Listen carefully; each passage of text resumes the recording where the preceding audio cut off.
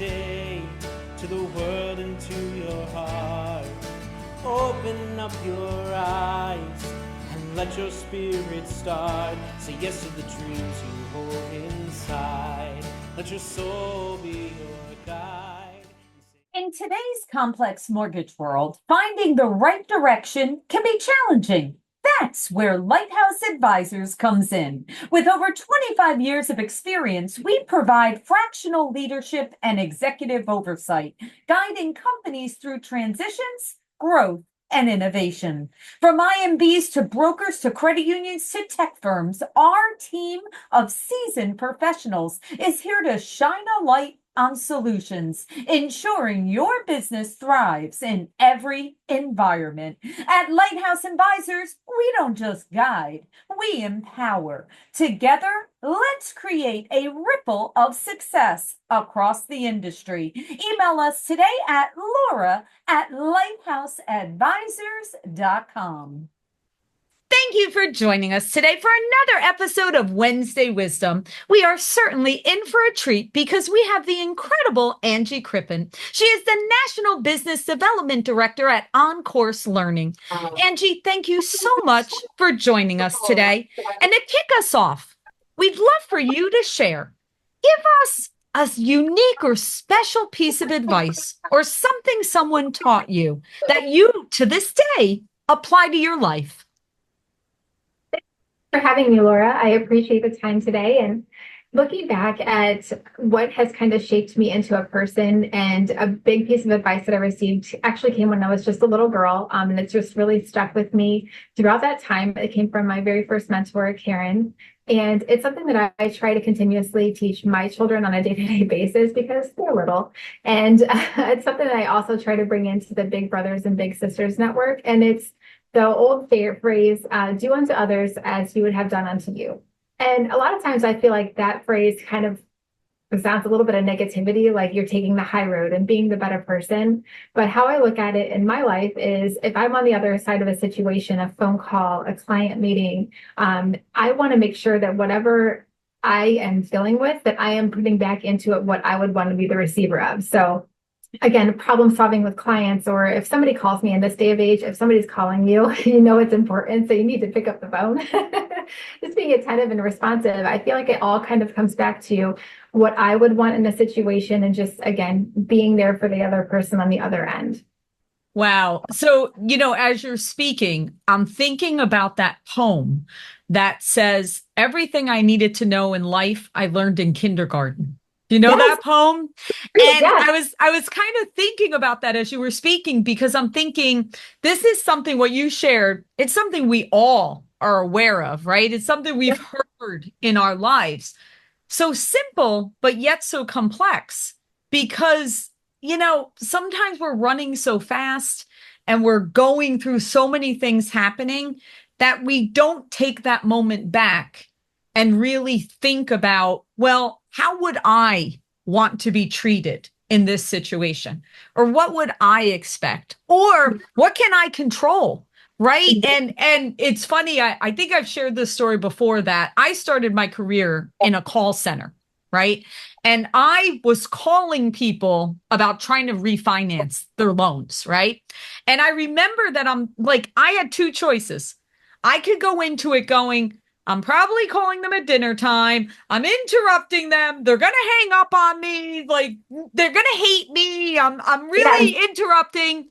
Or I could say, I'm going to be the most positive person that they've ever heard on the other end of this phone. And even if they don't have an interest, maybe I made them smile and feel good.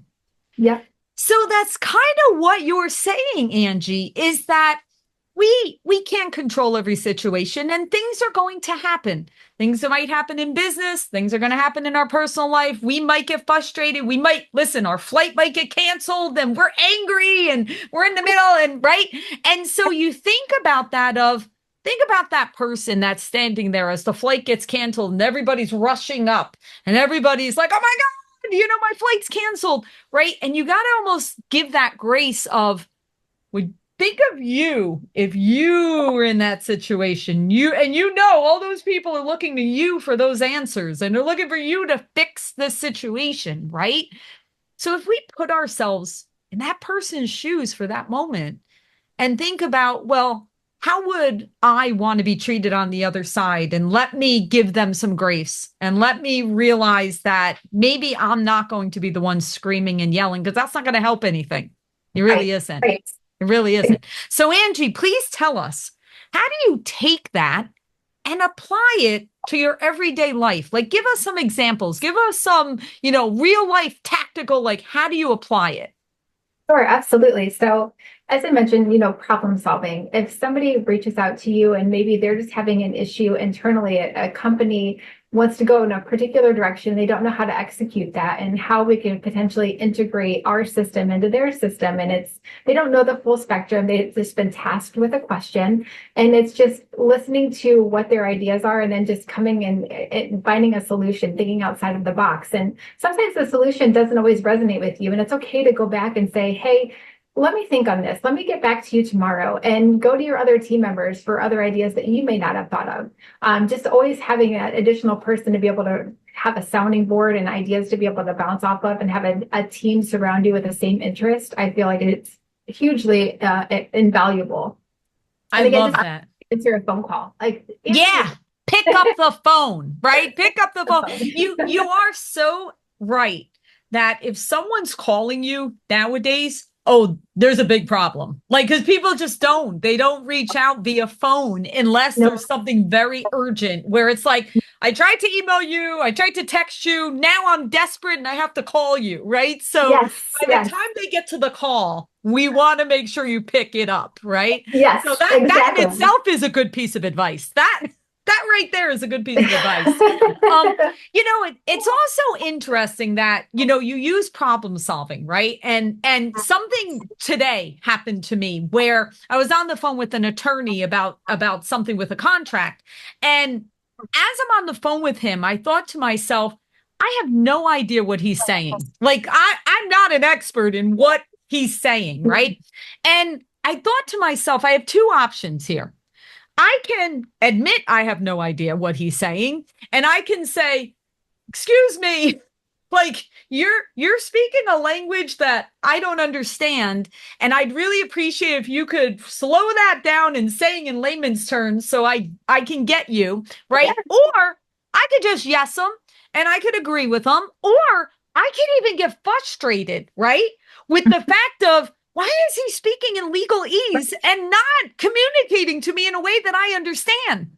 And as I was listening to it, I'm like, why would I not just say to him, excuse me, but you're speaking in a language I don't get. Can you please simplify that in a way that I will?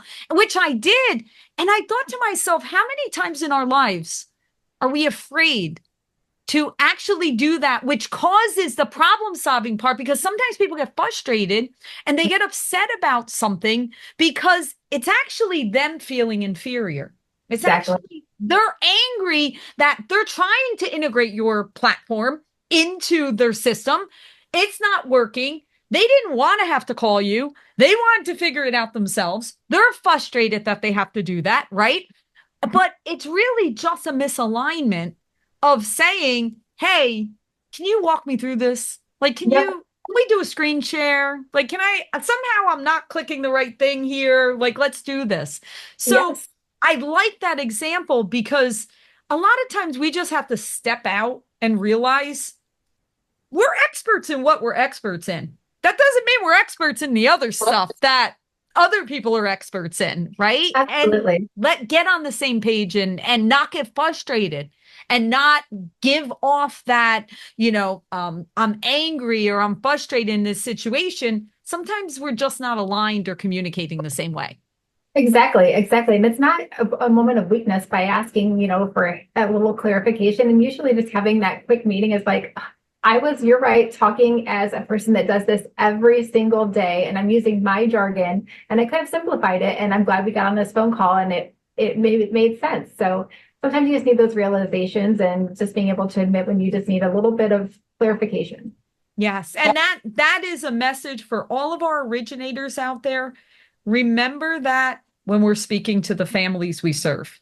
Because yes, to us, we can speak about DTIs and LTVs and we can speak about TRID and all this stuff, but to the borrower, they have no idea what we are saying. They are completely lost, and all it does is raise their level of anxiety of another thing they don't understand, and while they're going through this largest purchase of their entire life. You know, so 100%. lesson to be learned for everyone as a reminder that, you know, it would be like going to the doctor and them saying all these medical terms. And we're like, oh my God, do I really have that going on? Right? No, you just have a hangnail. It's not a big deal. Right. Oh my gosh, yes. Angie, Funny. thank you for reminding us to do unto others as you would have them do unto us, to ask our questions, simplify, and be able to problem solve. Pick up your phone to recap.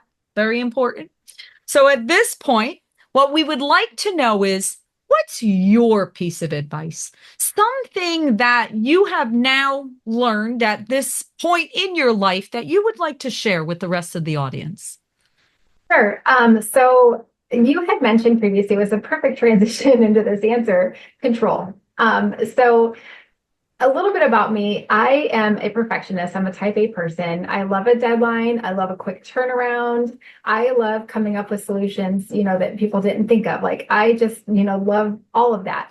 And what I've struggled with is trying to control what I can't change. So I can put in everything that I need to and getting the client to the end zone. And I just need to trust everyone around me that they can handle their pieces as well, of whatever situation it is. And just making sure that I'm always putting in 110%, that I am overly communicating with every person that is involved in a situation that I can't fully do on my own, that I'm staying positive through the whole process, just because it is easy to kind of get negative in situations that aren't going as quickly as you would like them to. And that has been something that I have been working on to make me successful, and just making sure that at every stage of my development that I understand, or that my clients understand, my partners understand, that I'm going to bend over backwards for them. We will find a solution. I will work hard for you. And knowing that my company, OnCourse Learning, they understand that as well. I look at my job, it's not just a job to me. I look at my job as if I own a piece of the company and want to contribute it to their success. So that would be the biggest piece for me, and what I've worked on in getting to being successful and continuously working towards my success is just working on what I cannot change and just focusing on what I can do to have a positive outcome. So that is called controlling your controllables. That's that is that term. You said multiple things there. Okay. So first thing, control your controllables. Second thing, think like an owner. Okay. I will tell you, and I don't even know why I personally was like this, but from the time I was a teenager, any business I ever worked for, whether it was a shoe store or whether it was a mortgage company, I always put myself as if I was an owner. I think that's why I started buying companies, because I'm like, well, if I think like that, I might as well really be an owner.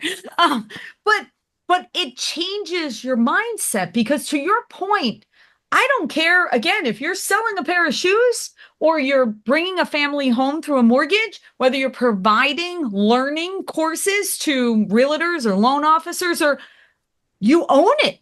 You own it. You believe in the mission and the vision, and you are there all the way in. Not as an employee, you're in, you're vested, you own it. And I'm telling you, that in itself, with a piece of advice for everyone out there, when you get that mentality, it changes. It changes when you get that problem call and how you communicate with that client. It changes when you have to go above and beyond, right? Because it's not even a question. You're going above and beyond. Not a question. You're doing it, right? It's yours. It's your baby. You're not going above and beyond, right? Yes. So and then to control the controllables. There's a friend of mine, actually, there was a post on social media today where he posted about he was on a trip in Hawaii. And for the very first time, he rode a horse, and the horse wouldn't let him control the direction. The horse took him in the direction on the trail that the horse was like, this is the way to go. And he was mentioning that that was a struggle of letting go, like following that the horse knew which way they were supposed to go, that Yes. he couldn't even force it. So to your point, we have our teams, we have the processes in place. Now, of course, we always look for opportunities to improve, of course, but we have to control our controllables and allow the other pieces to do what they control and what they're experts at. Oh, I love that. Yes. Love that. Very good. Very good, It's a Angie. struggle. Okay. So, Angie, please share with us. I know you mentioned OnCourse Learning. Give a little bit of what is OnCourse Learning and how people can learn more about you and OnCourse Learning before we wrap up. Absolutely. So OnCourse Learning is your all-in-one training provider. So if you need it as an MLO or as a company, as far as education and knowledge advancement goes, we're going to have it. We have a full catalog of pre-licensing, continuing education, late CE, NMLS exam prep, compliance education, professional development. You name it, we have it. And we have really great solutions and formats for every learner, whether you want video or reading or webinars or in-person, truly customizable experience.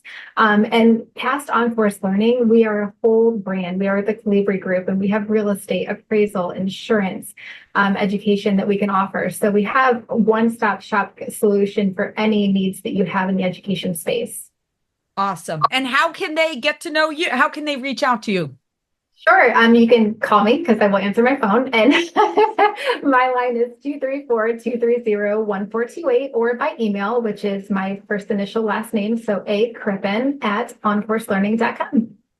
Awesome. Well, thank you so much, Angie, for sharing your wisdom with all of us. And we wish you all the best always. Thank you so much.